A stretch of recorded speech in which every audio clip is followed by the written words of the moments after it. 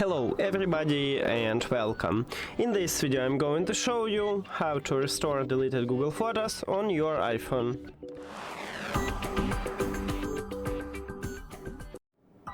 You have to start by open Google Photos application, and now you need to go to Collections at the middle bottom. Right here at the top we have a bin and you need to click on it. And we can restore these photos from here. If you permanently delete your photos, you cannot restore it. Now, what we should do to restore it? You need to click Select, and you can select some of the photos what you want to restore, or you can restore all of them by click Restore All, and then Restore. And now, if we return to the photos, as you can see, right here we have all of them. That's it!